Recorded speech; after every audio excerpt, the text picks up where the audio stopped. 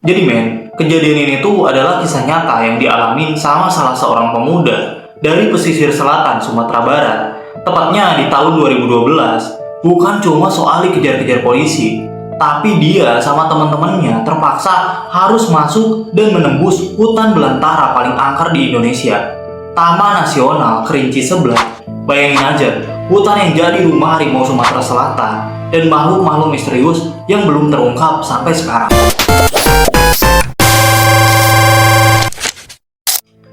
Halo guys, selamat datang di Storytime with Ardian. Jadi kali ini gue mau ngebagiin salah satu kisah nyata yang dialamin sama salah seorang pemuda yang ngalamin kejadian horor, yang dimana dia tuh terpaksa harus masuk ke salah satu hutan paling angker di Indonesia. Sebelum gue lanjut ke pembahasannya, jangan lupa like, komen, sama subscribe buat berlangganan. Oke, kita langsung aja mulai ke pembahasannya, let's go. Jadi semuanya tuh bermula dari masalah sepele yang membesar jadi besar banget. Waktu itu ada pemuda di kampung dia yang motornya tuh pakai knalpot balap Terus kena razia sama polisi. Tapi anehnya motor itu tuh diparkir di depan tempat main biliar, nggak lagi dipakai jalan, tapi tetap aja tuh diangkut sama petugas.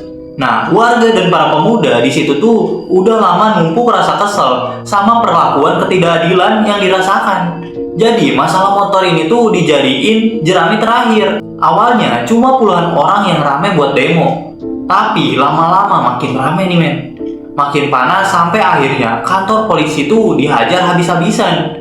Jendela pecah, kendaraan rusak, barang-barang elektronik hancur lebur. Polisi sampai nggak berani deket sama sekali Bahkan tahanan di kantor polisi itu bisa kabur gara-gara keributan hebat itu. Katanya sih, si tahanan ini tuh ketakutan banget, wajahnya pucat pasi, dan dia kira warga demo tuh mau masuk dan nyerang dia. Setelah kerusuhan malam itu selesai, polisi tuh nggak terima tuh Mereka panggil pasukan dari pusat buat turun tangan. Sasaran utama mereka, para pemuda kampung itu, karena dianggap sebagai biang keroknya. Padahal pemuda yang kita ceritakan ini sama sekali nggak ikut bikin rusuh, dan dia tuh cuma takut bukan takut di penjara, tapi takut kena pukul. Soalnya suasananya tuh lagi panas banget. Salah atau nggak bersalah, kalau ketangkep ya bisa aja kena apa-apa tuh. Kabar ini tuh udah tercium duluan. Saudara jauhnya bilang, mending lari dulu, nanti kalau ketangkep malah celaka. Akhirnya semua pemuda di kampung bubar menghilang. Kampung jadi kosong melompong tuh, gak ada laki-lakinya. Dan dia sendiri itu tuh sempat bersembunyi di gubuk di tengah ladang. Belum lagi 1 jam bersembunyi, ibunya tuh langsung nelpon dan bilang kalau polisi tuh udah geledah rumahnya sampai naik ke atap dan genteng buat diperiksa. Dan di ladang itu tuh dia ketemu banyak orang lain yang juga jadi buronan. Pas makan siang ada kabar makin bikin ngeri. Ada temennya yang ketangkep dan emang beneran dipukul habis-habisan. Dia dan teman-temannya tuh mulai makin was-was tuh Mereka ngumpul buat mikir mau lari kemana lagi. Jalur rame dan jalan aspal pasti dijaga ketat sama polisi. Bahkan ada temennya yang nyoba kabur dan disembunyikan di tumpukan sayur di atas bak mobil. Tapi tetap aja tuh ketahuan masih diperiksa. Nah, di situ dia ngusulin satu ide gila. Gimana kalau kita kabur lewat hutan Kerinci Sebelah, lewat bukit dan lembah biar nggak ketahuan. Idenya tuh emang nekat banget. Apalagi ada kabar dari saudaranya.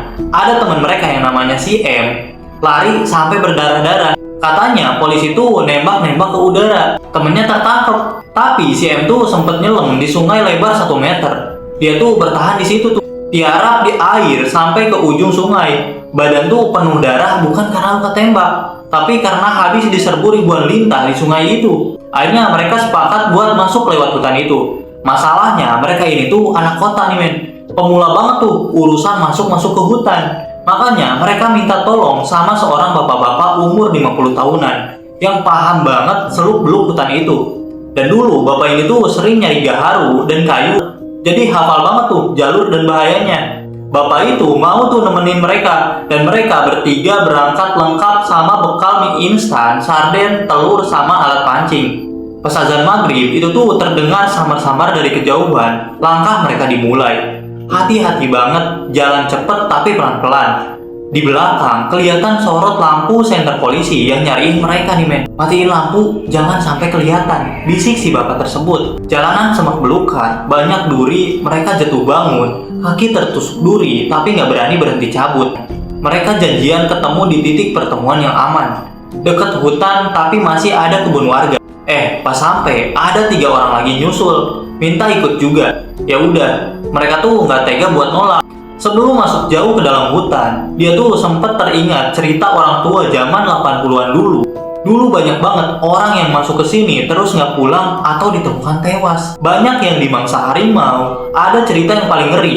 Rombongan pencari kayu lagi istirahat malam. Tiba-tiba ada yang diseret harimau. Ada juga cerita harimau itu tuh nggak mau nyerang, tapi juga ngebuntutin berhari-hari. Ada satu orang yang harus ngikat mayat temennya di atas pohon. Terus dia juga ngikat badan dia sendiri di dahan biar nggak jatuh pas tidur. Gara-gara harimau itu tuh nunggu di bawah pohon selama 24 jam penuh. Bahkan nyoba manjat. Sampai orang itu tuh nebas-nebas dari harimau itu tuh pakai parang. Itu kejadian beneran dan bikin merinding banget ceritanya. Pas masuk ke dalam hutan beneran, wah baru deh terasa ngerinya. Hutan kerinci sebelah itu tuh lembab, rimbun, gelap. Dan isinya tuh makhluk kecil yang nyebelin banget. Pacet, lintah darat, ada di mana-mana. Di tanah, di daun, di ranting. Begitu lewat, mereka tuh seolah-olah nari-nari terus manjat naik ke kaki, ke celana, bahkan ke badan. Jijik dan ngeri banget rasanya tuh men. Belum lagi semut merah kepala hitam. Gigitannya tuh 2 kali lipat lebih sakit dari sengatan tawon. Kaki mereka tuh bengkak berdarah-darah. Teriak-teriak kesakitan. Sampai monyet-monyet di atas pohon lari kaget dengan suara mereka. Sumpah, rasanya tuh kayak ditusuk besi panas. Kata dia yang ngalamin kejadian ini. Waktu di dalam sana, mereka tuh nggak bawa jam tangan. Cara ngitung jam aja pakai ilmu si bapak pemandu. Berdiri di tempat terbuka, lihat bayangan badan. Kalau tegak lurus berarti jam 12 siang. Kalau agak miring ke timur berarti jam 2 siang. Kalau sore denger bunyi tong geret, udah rame banget. Berarti sebentar lagi itu mau maghrib. Si bapak ini jagonya tuh luar biasa. Bahkan bisa bikin api cuma pakai kaca pembesar. Caranya tuh pantulkan sinar matahari ke daun kering dan itu tuh langsung nyala. Ilmu yang gak bakal mereka dapat di perkotaan. Minggu pertama mereka tuh ngecamp di pinggir sungai nih men. Di situ banyak banget ikan. Tapi ingat ya, sungai juga tempat harimau minum. Tapi si bapak tuh tenang aja. Bilang kalau harimau tuh gak bakal ganggu kita kalau dia tuh masih banyak makan. Dan kita nggak ngomong sombong dan ngelakuin hal aneh di hutan. Di sana tuh mereka belajar ngawetin ikan, dibakar dan diasapi biar awet sampai seminggu. Gak butuh kulkas, cara nenek moyang katanya. Seminggu di dalam hutan tersebut, makanan mereka tuh udah mulai habis nih men. Mie, sarden, telur itu tuh udah ludes. Mulai deh tantangan yang benerannya. Hidup dari alam, makan apa yang ada, cari apa yang bisa dimakan. Di jalan, mereka tuh sering banget tuh ngelihat jejak-jejak kaki hewan. Mulai dari rusa, babi, kijang, dan lain-lain. Bahkan ada jejak harimau yang masih basah banget. Berarti hewan itu tuh baru aja lewat di situ sebentar sebelum mereka datang. Minggu kedua, mereka tuh mulai ngelawan rasa gila karena sunyi dan monoton. Kadang mereka tuh nyanyi-nyanyi bareng biar nggak stres. Soalnya di hutan kalau terlalu sepi itu tuh bisa mulai berhalusinasi. Nyasar terus nggak ketemu jalan pulang. Pernah suatu saat monyet-monyet di atas pohon pada heboh banget. Teriak-teriak sambil ngeliatin ke bawah. Si bapak tuh langsung teriak pelan. Ayo cepet pergi dari sini. Pas udah agak jauh, mulai kedengeran tuh ada suara raungan harimau Sumatera lagi berantem. Loh, bapak tahu dari mana? Tanya mereka. Itu tanda alam. Kalau monyet rusuh berarti ada pemangsa di dekat sini. Dan ada satu kejadian yang benar-benar bikin merinding. Di minggu kedua itu, mereka tuh nemuin jejak kaki di tanah lumpur. Bentuknya tuh kayak kaki manusia tapi pendek. Lebar, jari-jarinya tuh pendek-pendek. Lumpur di situ tuh masih keruh. Berarti makhluk itu baru aja lari pas mereka datang. Warga sini nyebutnya ugang pandak. Jadi ugang pandang ini tuh makhluk pendek setengah manusia, tapi setengahnya lagi kera. Yang katanya beneran ada, tapi belum bisa dibuktikan secara sains. Dan dulu tim peneliti dari National Geographic aja pernah nyari makhluk ini tuh di sini, tapi susah banget ketemu karena gerakannya tuh cepet banget di semak-semak. Jejak itu tuh ada di deket rawa, banyak pohon salak hutan. Malam itu mereka tuh istirahat lagi di pinggir sungai. Kabut tuh mulai turun tebal banget. Suhu dingin mulai menusuk ke tulang. Udara hening, cuma ada suara serangga dan air mengalir. Api unggun tuh mulai jadi bara-bara tuh men. Mereka udah mulai ngantuk. Tiba-tiba, bah, ada benda dilemparkan persis ke pinggir tempat mereka tidur. Mereka nyalain senter. Gak ada siapa-siapa, cuma ada kabut. Mau tidur lagi, plak, dilempar lagi, makin kencang tuh men. Terjadi sampai 3 kali. Rasanya tuh kayak ada yang ngelarang buat mereka tidur. Bulu kuduk mulai berdiri semua. Mereka akhirnya bikin jadwal buat jagain api. Pas giliran temennya yang jaga, tiba-tiba temennya itu berubah men. Matanya melotot, suaranya tuh berat dan kasar, persis kayak suara harimau. Dia nanya, "Kalian ngapain di sini?" mereka jawab secara gemeter, "Kami cuma numpang lewat dan niat kami baik." Orang itu malah mengamuk bergerak ganas. Di tengah ketakutan dan keheningan hutan itu, mereka akhirnya berteriak mengumandangkan azan.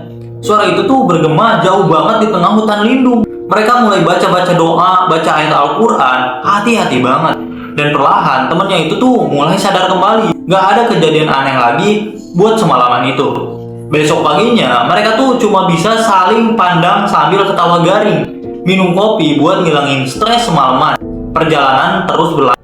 Bahkan sempet nyasar naik bukit yang penuh lumut sampai capek banget. Namun mereka tuh nemuin air terjun yang indah banget, tapi sayangnya HP yang udah mati dari minggu pertama, jadi nggak bisa buat difoto. Mereka tuh benar-benar ngalamin petualangan hidup dan mati. Untungnya berkat si bapak pemandu, mereka akhirnya nemuin jalan keluar, nemu kebun warga di pinggir hutan. Di sana tuh mereka istirahat dan cerita soal kejadian seram di pinggir sungai dulu. Si bapak pemilik kebun itu manggut-manggut. Oh, tempat itu dulu ada orang meninggal di situ gara-gara minum air sungai. Airnya tuh kena racun ikan dari hulu. Dia tuh nggak tahu tapi terus minum.